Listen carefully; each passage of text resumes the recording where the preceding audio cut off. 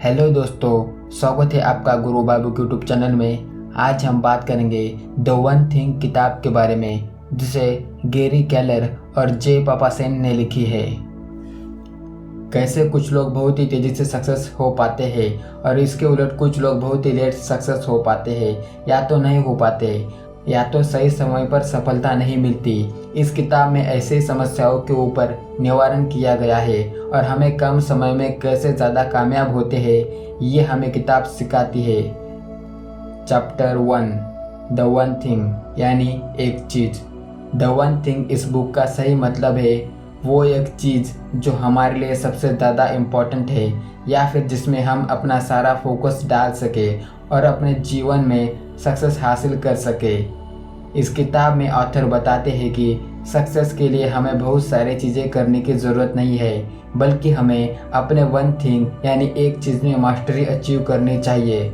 जैसे रोनाल्डो के लिए उसकी वन थिंग फुटबॉल के लिए पागलपन था, दलाई लामा के लिए उनकी एक चीज़ शांति और अमन थी। उसी तरह एलन मस्क के लिए वन थिंग इंसान को बचाने के लिए फ्यूचर प्लान्स करना उनके लिए बहुत इम्पोर्टेंट चीज़ थी। अगर इन लोगों ने भी अपनी वन थिंग को फॉलो नहीं करते तो ये लोग भी वो चीज़ कर रहे होते जिन्हें वो नहीं करना चाहते थे। और यही चीज़ आप अपने डेली डिसीजन या टास्क को चूज़ करने के लिए करते हो।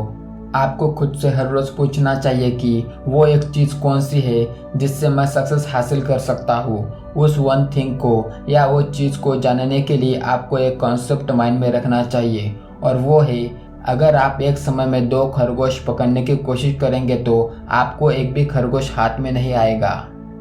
Chapter 2 the domino effect.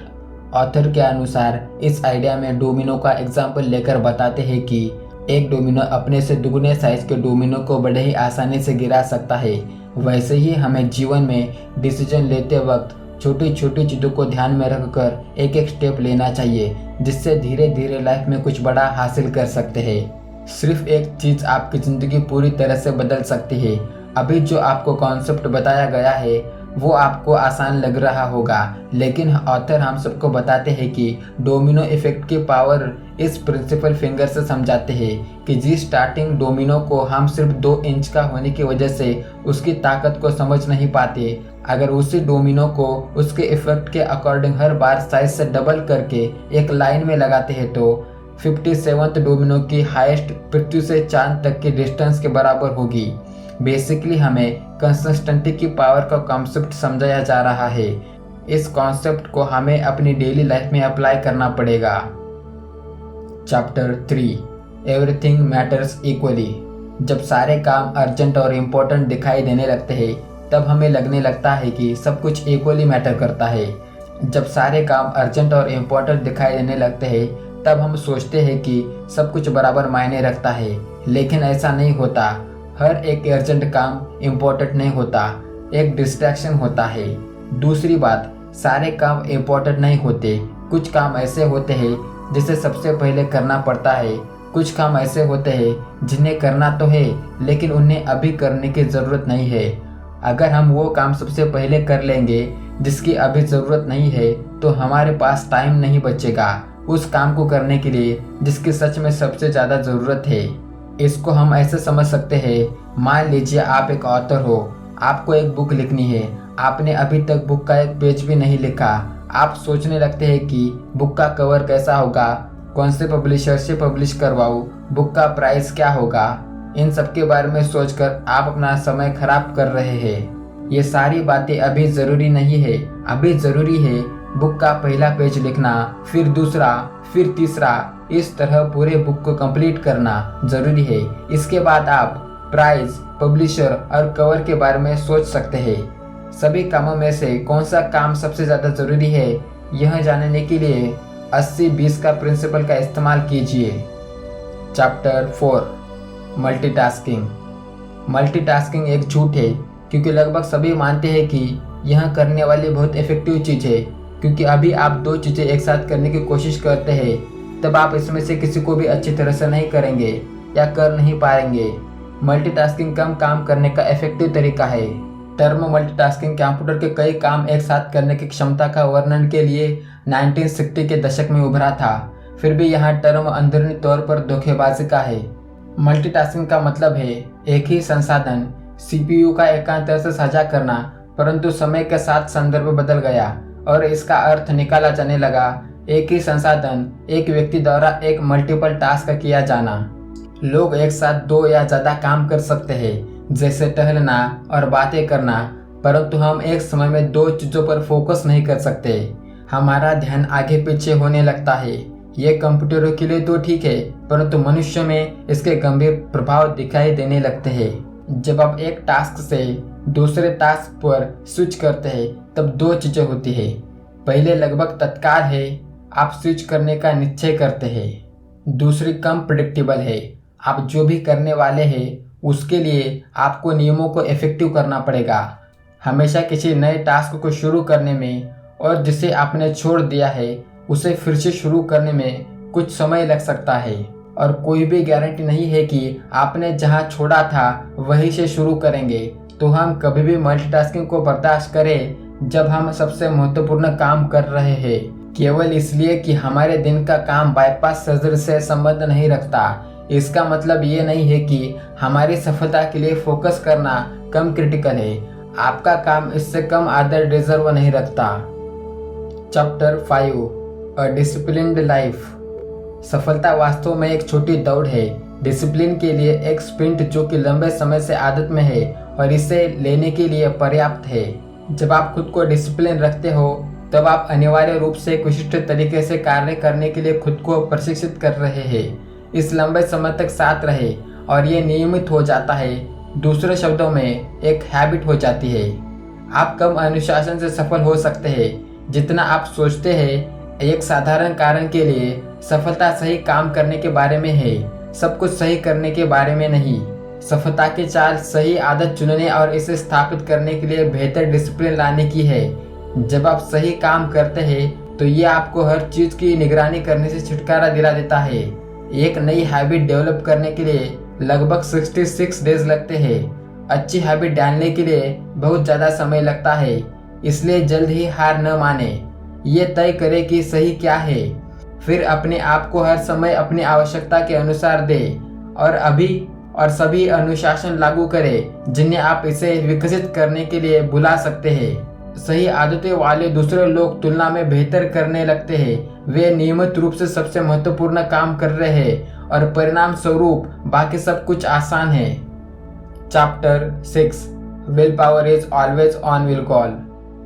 इंसान में हमेशा विल पावर यानी इच्छा शक्ति होना जरूरी है। यह भी एक झूठ है। फोन की बैटरी की तरह इंसान की बॉडी पावर और विल पावर भी यूज होने के बाद खत्म हो जाती है। बैटरी कम होने के बाद हम फिर से पावर को रिचार्ज करते हैं, आराम करके और रिलैक्स करके, ताकि हम फिर से काम कर सके। जब हम सोकर उठते हैं तो हमारी बॉडी पावर और विल पावर पूरी तरह से चार्ज हो जाती है, फिर ये धीरे धीरे कम होती चली जाती है। अपने ज़रूरी कामों को सुबह के टाइम में कर लेना चाहिए। एक बार ज़रूरी काम खत्म हो जाए तो हम टेंशन फ्री हो जाते हैं। Chapter 7 a balanced life. संज्ञा के रूप में बुद्धिमानी से देखा, संतुलन व्यावहारिक रूप से एक क्रिया के रूप में रहता है। एक संतुलित जीवन एक झूठ है। सभी चीजों में भाग लेने के आपके प्रयास में सब कुछ छोटा हो जाता है और इसके कारण कुछ भी नहीं मिलता है। जब आप समय के साथ जुआ खेलते हैं तो आप एक शर्त रख सकते हैं जिसे आप कवर नहीं कर सकते। आप कितनी भी कोशिश कर ले, आपके दिन, सप्ताह, महीने, साल और जीवन के अंत में हमेशा कुछ ना कुछ बचा रहेगा। उन सभी को पाने की कोशिश करना मूर्खतापूर्ण है। जब चीजें जो सबसे ज्यादा मायने रखती है तो आप अभी भी चीजों के भाव के साथ छोड़ दिए जाएंगे। असंतुलन की भावना, कुछ चीजों को छोड़ना असाधारण परिणामों के लिए आवश्यक व्यापार है। एक असाधारण परिणाम प्राप्त करने के लिए आपको चुनना चाहिए कि सबसे ज्यादा मायने क्या रखता है, और वो हर समय यह मांग करता है। इसे अन्य सभी कामों के मुद्दों के संबंध में संतुलन से बाहर आने की आवश्यकता है। केवल उन्हें संबोधित करने के लिए अनंत असंतुलन के साथ जब आप अपनी प्राथमिकता पर काम करते हैं तो आप स्वचालित रूप से संतुलन से बाहर हो जाएंगे। एक चीज को दूसरे पर अधिक समय देंगे। Chapter 8 big is bad. बड़ा बुरा है, झूठ है। जब बड़े को बुरा माना जाता है तो छोटी सोच दिन पर राज करती है और बड़ा कभी भी इसके बारे में देख नहीं सकता। उपलब्धि के लिए उनकी अंतिम छत को कोई नहीं जानता है, इसलिए इसके बारे में चिंता करना समय की बर्बादी है। जब आप खुद को यह स्वीकार करने की अनुमति देते हैं कि बड़ा वो है जो आप बन सकते हैं, तो आप इसे अलग तरह से देख सकते हैं। बड़े स्वतंत्र पर विश्वास करने से आपको विभिन्न प्रश्न पूछने, विभिन्न रास्तों का पालन करने और नए चीज़ों को आजमाने में मदद मिलती है। बड़ी सफलताओं के लिए स्प्रिंग बोर्ड बनाने वाली एकमात्र कार्रवाई है जिन्हें बड़ी सोच से शुरू किया जाना चाहिए। आज आप जो निर्माण करते हैं वो आपको कल को सशक्त और प्रतिबद्ध करेगा। उपलब्धि और बहुतायत दिखाई देती है क्योंकि वे बिना किसी सीमा के सही काम करने के स्वाभाविक परिणाम है। केवल बड़े रहने से आप अपने वास्तविक जीवन और कार्यक्षमता का अनुभव कर सकते हैं। मैं वास्तव में यह सोचना शुरू कर रहा था कि सफलता का रहस्य सुबह जितना संभव हो सके उतनी ही बुरी तरह से जख्मी होना। खुद को आग लगा दी और फिर दरवाज़ा खोल दिया और दिन के माध्यम से उड़ गया दुनिया को देखते हुए, जब तक मैं सचमुच बाहर चला नहीं गया। और यह सब मुझे क्या मिला? इससे मुझे सफलता मिली और यह मुझे बीमार कर दिया। आखिरकार इसमें मुझे सफलता से बीमार कर दिया। हम अपने करियर, अपने व्यवसाय और अपने जीवन को ओवरलिंक, ओवर प्लान और ओवर विश्लेषण करते हैं कि लंबे समय तक न ही पुण्य है न ही स्वस्थ, और जो कि हम आमतौर पर जो भी करते हैं उसके बावजूद सफल होते हैं। हम समय का प्रबंधन नहीं कर सकते। सफलता की कुंजी उन सभी चीज़ों में नहीं है जो हम करते हैं, लेकिन मुट्ठी भर चीज़ों में हम अच्छा करते हैं। सफलता आपके जीवन के क्षणों में उपयुक्त होने के लिए नीचे आती है। यदि आप ईमानदारी से कह सकते हैं यह वह चीज़ है जहाँ है अभी रहने के लिए हूँ, ठीक वही कर रहा हूँ जो मैं कर रहा हूँ, तो आपके जीवन के लिए सभी अद्भुत संभावनाएं संभव हो जाती है। Chapter 9 the focusing question. आज भी ऐसे लोग हैं जिन्हें यह नहीं पता कि मेरा लाइफ पर्पस क्या है, वो अपनी लाइफ में क्या अचीव करने की कोशिश कर रहे हैं। कोई भी इंसान आम जिंदगी जीने से ऊपर एक एक्स्ट्राऑर्डिनरी ज़िंदगी जीने का ख्वाब देखता है। वर्ल्ड फेमस होने से पहले एक्स्ट्राऑर्डिनरी लाइफ बितानी है तो हमें एक्स्ट्राऑर्डिनरी तरीके से काम करना होगा, और वो तरीका था फोकसिंग क्वेश्चन जो हमें खुद से पूछते रहना चाहिए। वो क्वेश्चन है, वो कौन सी चीज़ है जिसको मैं कर सकता हूँ, जिसको करने के बाद मेरे दूसरे काम करना आसान हो जाएंगे या फिर उनको करने की कभी ज़रूरत नहीं पड़ेगी। अब एक उदाहरण से समझते हैं कि हम इस क्वेश्चन को अपनी ज़िंदगी में कैसे अप्लाई कर सकते हैं।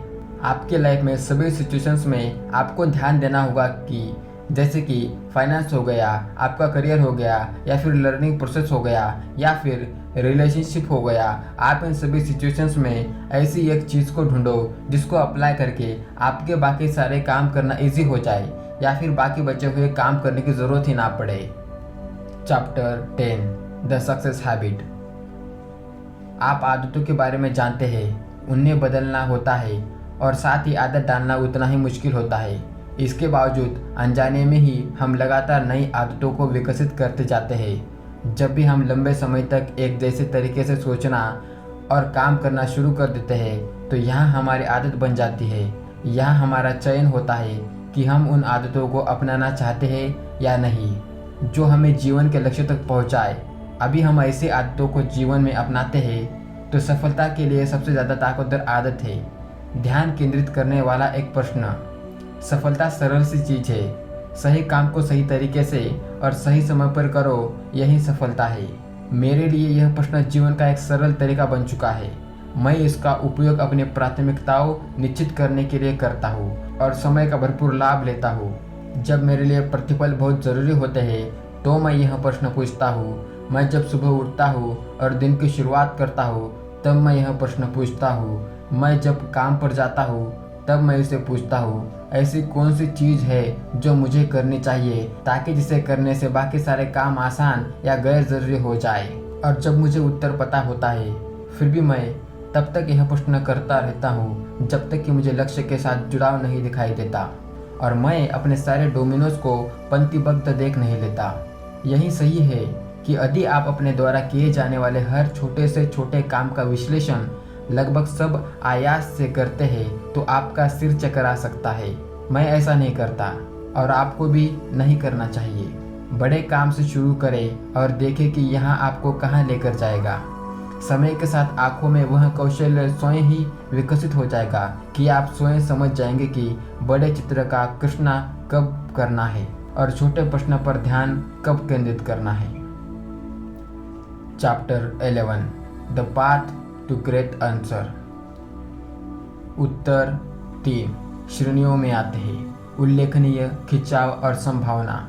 असाधारण परिणामों के लिए एक महान उत्तर की आवश्यकता होती है। यदि आप अपने उत्तर से सबसे अधिक चाहते हैं तो आपको यह महसूस करना चाहिए कि यह आपके आराम क्षेत्र के बाहर रहता है। एक महान उत्तर अनिवार्य रूप से एक नया उत्तर है। जब किसी लक्ष्य की ओर बढ़ते हैं तो पहली बात यह पूछते हैं कि क्या किसी और ने इस या इस तरह से कुछ अध्ययन किया है या पूरा किया है। किसी ऐसे व्यक्ति के साथ वार्तालाप करने से कम है जिसे पूरा करने के लिए आप क्या हासिल करना चाहते हैं। केलर की अनुभव पुस्तकों और प्रकाशित कार्यों में सफलता के लिए प्रलेखित शोध और भूमिका मॉडल के संदर्भ में सबसे अधिक पेशकश की जाती है। दूसरों के शोध और अनुभव आपके जवाब की तलाश में शुरू करने के लिए सबसे अच्छी तरह है। एक नए उत्तर के लिए आमतौर पर नए व्यवहार की आवश्यकता होती है। हमारे जीवन के लिए एक प्राकृतिक लय है जो एक चीज़ को लागू करने और असाधारण परिणाम प्राप्त करने के लिए एक सरल सूत्र बन जाता है: उद्देश्य, प्राथमिकता और उत्पादकता। आपका बड़ा वन थिंग आपका उद्देश्य है और आपकी छोटी वन थिंग प्राथमिकता है जिसे प्राप्त करने के लिए आप कार्रवाई करते हैं। महान व्यवसायियों को एक समय में एक उत्पादक व्यक्ति बनाया जाता है। Chapter 12 live with purpose. जीवन की बड़ी चुनौतियों में से एक यह भी है कि अपने जीवन के उद्देश्य को भिखारी के इस कठोर जैसा नहीं बनने देना है। एक पैदे रहित गड्ढे में अपने आप को खुश रखने के लिए एक के बाद दूसरी इच्छाएं उपजती जाती है। यह हारने वाली स्थिति है। धन कमाना और वस्तुएं हासिल करना आदि सारे काम खुशी हासिल करने के लिए किए जाते हैं और हमें लगता है कि इसमें खुशी आएगी। कभी कभी ऐसा होता है कि धन या वस्तुओं के होने से हमारी खुशी का मीटर थोड़ी देर के लिए ऊपर जा सकता है, मगर थोड़ी देर के बाद यह फिर से नीचे चला आता है। महानतम विद्वानों में युगों युगों से खुशी को लेकर अनेक पड़ताल की जा रही है और उनके निष्कर्ष एक ही रहे हैं: केवल धन पास में होने से स्थायी खुशी का मिलना सुनिश्चित नहीं किया जा सकता। हमारी परिस्थितियाँ हमें किस तरह से प्रभावित करती है, यह हम उन्हें किस तरह से परिभाषित करते हैं, इस पर भी निर्भर करता है। यदि हमारे पास भविष्य को लेकर बड़ा चित्र नहीं होगा तो हम केवल क्रमिक सफलता पाने के लिए पैर में उलझ सकते हैं। एक बार जब हम जो चाहते हैं वह हमें मिल जाता है तो हमारी खुशी उसके थोड़ी देर ही त्वरित हो जाती है, क्योंकि जो हमें मिला होता है हम जल्दी ही उसके आदी हो जाते हैं। यह हर एक के साथ होता है और धीरे धीरे वह उस वस्तु से उबने लगता है और उसके मन में फिर किसी नई वस्तु को पाने की इच्छा जागने लगती है।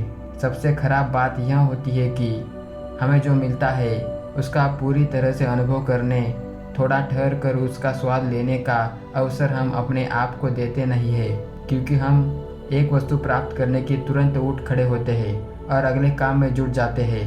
यदि हम सावधान नहीं रहे तो हम चीज़ों को पाने और हासिल करने की दौड़ में लगे रहेंगे और अपनी उपलब्धियों का पूरा आनंद तक नहीं ले पाएंगे। ऐसा करके ताउम्र किसी भिखारी की तरह जीवन जी सकते हैं, मगर जिस दिन हमें इस बात का एहसास होता है उसी दिन हमारा जीवन बदल जाता है। आखिर ऐसी खुशी जो सदैव हमारे साथ रहे उसे कैसे पाया जाए?